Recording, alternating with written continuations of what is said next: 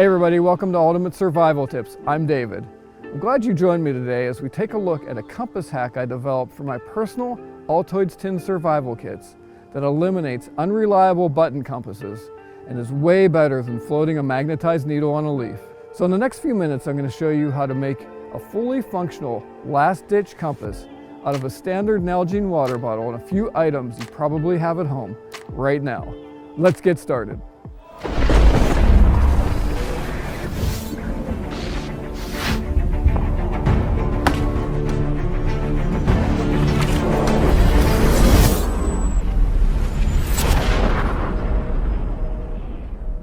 All right, so here's what you need for your kit. You're going to need a water bottle, either a clean canteen wide mouth or a Nalgene water bottle. You're obviously going to need some water.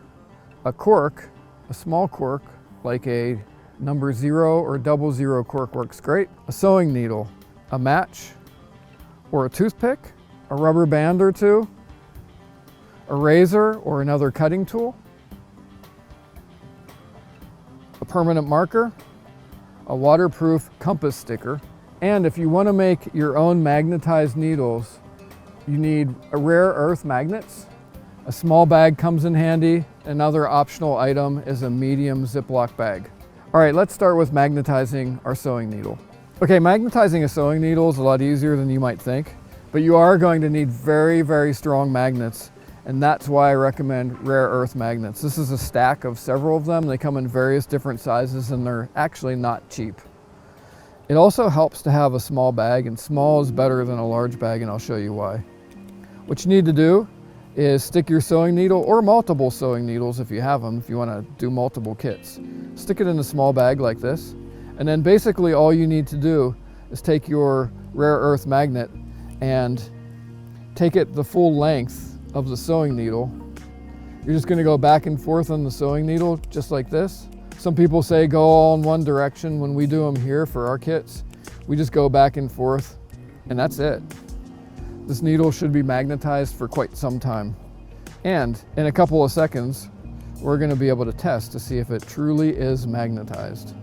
Okay, so the real magic of this whole system is that we're going to use the caps for a water bottle that we would normally carry with us. So in the clean canteen water bottle, we've got the inside of the cap of both of them is roughly about 2 inches in diameter. So what we want to do is we want to be able to tell north, south, east, and west as accurately as we can, because we're going to be able to legit find our direction from these devices. So I'm going to do it 2 different ways.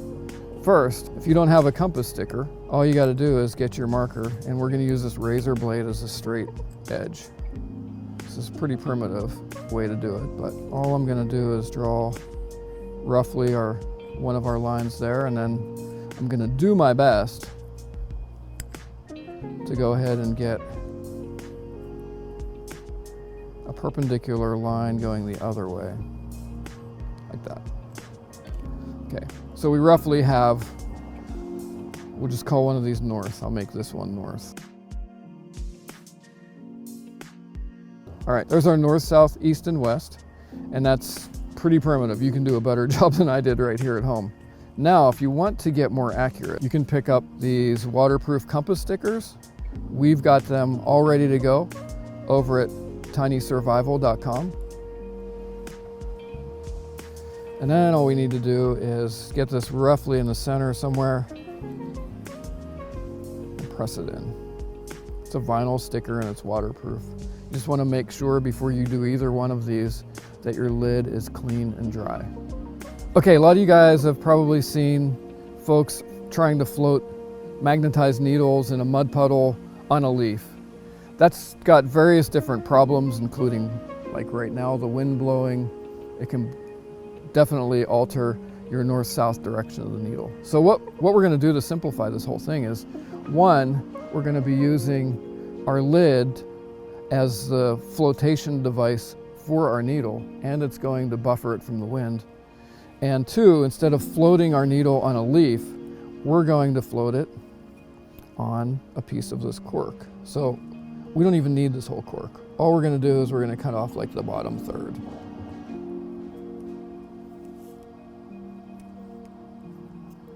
And you can see that our needle is magnetized because it was going after the razor blade. Okay, now that we have our bottom third cut off, we can actually, if this were in our Servival kit, we could actually use this as a little bobber. So, little bonus tip there. And as a little sneaky tip, bonus tip here, number 2. If you have a safety pin, you can kind of pre-drill and have a little bit more control as to where your needle will go through by using your safety pin, pushing it through like that, and then taking your needle through the same hole.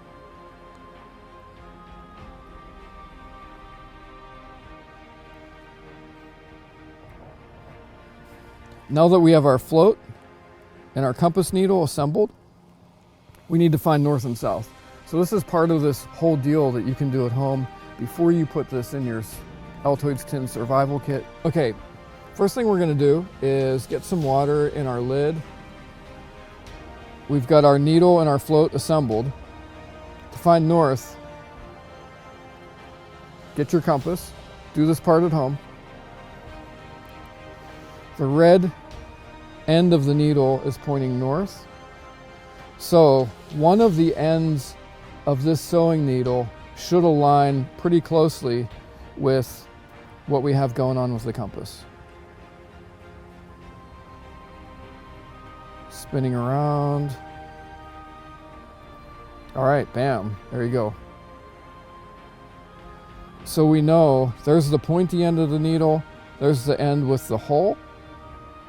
And now what we're gonna do is take this out and mark the north end. There's a couple of ways that you can mark north. You could just carefully grab your razor blade and notch the north end. But what I prefer to do, especially if you're gonna do this at home, is again, grab your waterproof Sharpie. Go ahead and draw a line down the center. Okay, so we know that this ends north now. Now let's assemble our compass. All we need to do then in the field is align your north facing part of the compass, north. Okay, to make things easy, we're gonna go ahead and put our rubber band on first. You're gonna put it on the outside of the rim of the cap. Then we're gonna take our toothpick and let's just say we wanna travel east. And this can be adjusted once you have your needle in here, but we'll just set it over at east. Then we'll put water back inside our cap.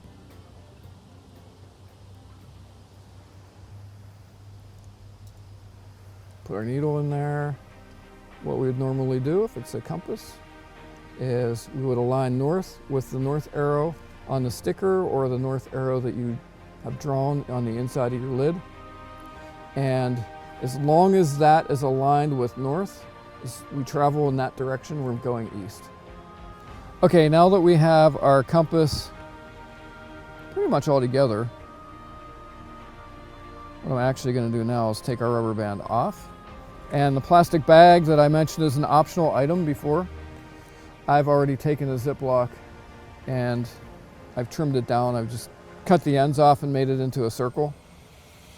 Now what we're going to do is we're going to use the rubber band, and this is going to largely seal the water on the inside so that we can use this DIY compass without dumping all the water out.